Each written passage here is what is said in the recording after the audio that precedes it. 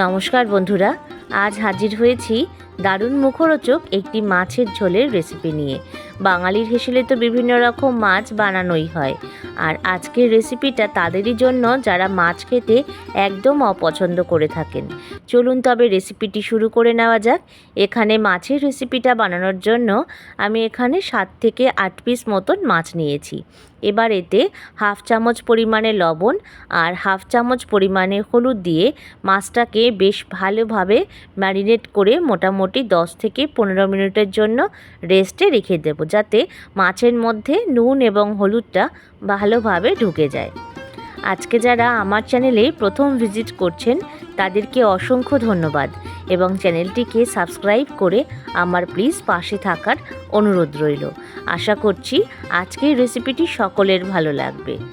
যদি ভালো লেগে থাকে লাইক, শেয়ার এবং কমেন্টস করবেন। মাছটা মাখানো হয়ে গেলে 10 মিনিট বাদে কড়াই বসিয়ে এতে দিচ্ছি পর্যাপ্ত পরিমাণে সর্ষের তেল।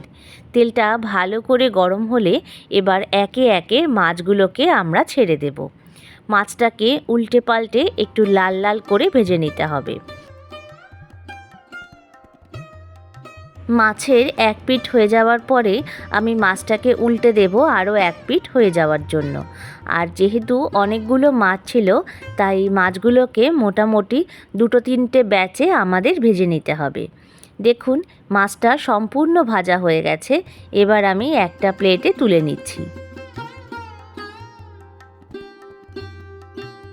প্রথম ব্যাচের মাছগুলো তুলে নেওয়া হয়ে গেলে সেকেন্ড ব্যাচের মাছগুলোকে এবার আমি একে একে দিয়ে দিচ্ছি।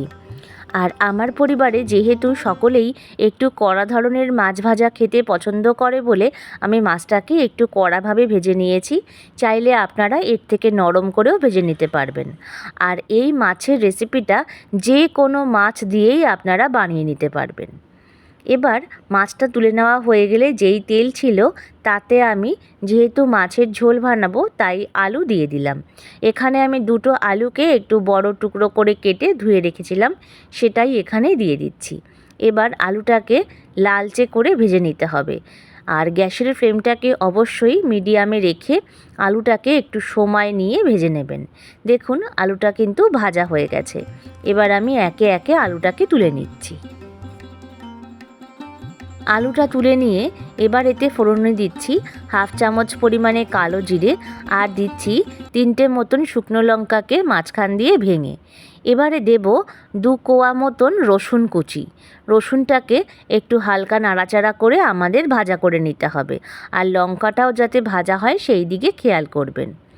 এখন ব্যবহার করছি 2টো মিডিয়াম সাইজের পেঁয়াজ কুচি। পেঁয়াজটাকে এবার এর সাথে নাড়াচাড়া করে নেব। রসুন কুচিটা এই রান্নায় ব্যবহার করলে একটা অসাধারণ স্বাদ আসে। আর পেঁয়াজটা নরম হওয়ার জন্য এতে হাফ চামচ পরিমাণে লবণ দিলাম। এবার পেঁয়াজটাকে নাড়াচাড়া করে নেব। মোটামুটি 1 থেকে 2 মিনিট মতন ভালোভাবে পেঁয়াজটাকে নাড়াচাড়া করে নেওয়া হয়ে গেলে এবার এতে 2 চামচ পরিমাণে রসুন বাটা দিয়ে দিলাম। এই রেসিপিতেই কিন্তু আদার ব্যবহার একদমই হবে না, শুধুমাত্র রসুন এবং পেঁয়াজ দিয়েই আজকের রেসিপিটা বানাবো। এবার রসুন বাটাটা দিয়ে নিয়ে পেঁয়াজের সাথে নাড়াচাড়া করে একটু নরম হয়ে গেলে এবার এর মধ্যে দেব 2টো মিডিয়াম সাইজের টমেটো টুকরো করে। এখন টমেটোটাকে বেশ ভালোভাবে পেঁয়াজ আর রসুনের সাথে নাড়াচাড়া করে নেব আর একটা ঢাকনা দিয়ে ঢেকে দেব 2 মিনিটের জন্য। 2 মিনিট পরে ফিরে আসলাম। দেখুন বন্ধুরা, টমেটোর থেকে কিন্তু অনেকটা জল রিলিজ করেছে আর টমেটোটা বেশ অনেকটা কিন্তু নরম হয়ে গেছে। যেই টমেটোগুলো নরম হয়নি সেগুলো একটু খুন্তির মাথা দিয়ে আমি কেটে দিচ্ছি, যাতে সুন্দরভাবে নরম হয়ে যায়। এখন মিক্সির পাত্র ধুয়ে সামান্য পরিমাণ জল দিলাম, আর যাতে তলায় না ধরে যায় তাই জন্য গ্যাসের ফ্লেমটাকে একেবারে কমিয়ে দিয়ে এখন ব্যবহার করব বেশ কিছু রেগুলার মশলা। যেমন এর মধ্যে এখন দিচ্ছি 1 চামচ পরিমাণে ধনের গুঁড়ো, দেব হাফ চামচ পরিমাণে হলুদের গুঁড়ো আর দিচ্ছি 1 চামচ পরিমাণে জিরের গুঁড়ো। আর এর সাথেই ব্যবহার করব হাফ চামচ পরিমাণে লাল লঙ্কার গুঁড়ো। চাইলে এটা আপনারা স্কিপও করতে পারেন। এইটা কাঁচা লঙ্কা বাটা বা কাঁচা লঙ্কা দিয়েও রেসিপিটা বানিয়ে নিতে পারেন। এবার সব উপকরণগুলো দেওয়া হয়ে গেলে মশলাটাকে বেশ ভালোভাবে নাড়াচাড়া করে আমাদের কষিয়ে নিতে হবে। আর এই সময় গ্যাসের ফ্লেমটা যেন একদমই কমানো থাকে। 1 থেকে 2 মিনিট নাড়াচাড়া করতে করতে দেখবেন বেশ সুন্দরভাবে তেলটা ছেড়ে এসছে। ঠিক সেই সময় ভেজে রাখা আলুগুলোকে দিয়ে দেব এবং আলুর সাথে এই মশলাটাকে ভালোভাবে কষিয়ে নিতে হবে, যাতে আলুর সাথে মশলাটা ভালোভাবে মিলেমিশে যায় সেই দিকে খেয়াল করবেন। বেশ কিছুক্ষণ পরে আমি এবার জল দেব। এখানে আমি 1.5 কাপ পরিমাণ গরম জল ব্যবহার করেছি। গরম জল ব্যবহার করলে রান্নায় যেমন স্বাদ হবে, তেমন আলুটা বেশ তাড়াতাড়ি সিদ্ধ হয়ে যাবে।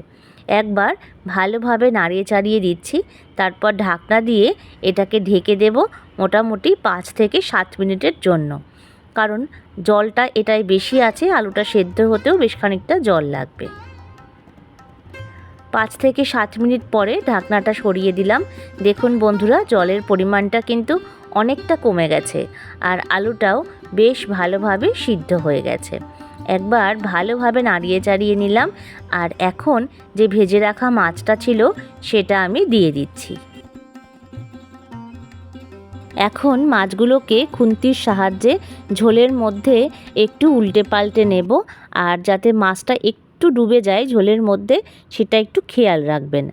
তো আজকের রেসিপিটা কে কোথা থেকে দেখছেন কমেন্ট বক্সে জানাতে কিন্তু ভুলবেন না। আমি যদি জানতে পারি তবেই আপনাদের ধন্যবাদ জানাতে পারবো, আর আপনাদের ধন্যবাদ জানাতে পারলে আমার ভীষণ ভালো লাগবে। এখন দিচ্ছি কিছুটা পরিমাণ কুচনো ধনেপাতা। ধনেপাতা দেওয়া হয়ে গেলে এটাকেও ঝোলের মধ্যে একটু উল্টে পাল্টে ভালোভাবে মিলিয়ে মিশিয়ে নেব। আমি আজকের রেসিপিটা রূপচাঁদা মাছ দিয়ে বানিয়েছি, আর আপনারা চাইলে যে কোনো ছোট বড় মাছ দিয়েই বানিয়ে নিতে পারবেন।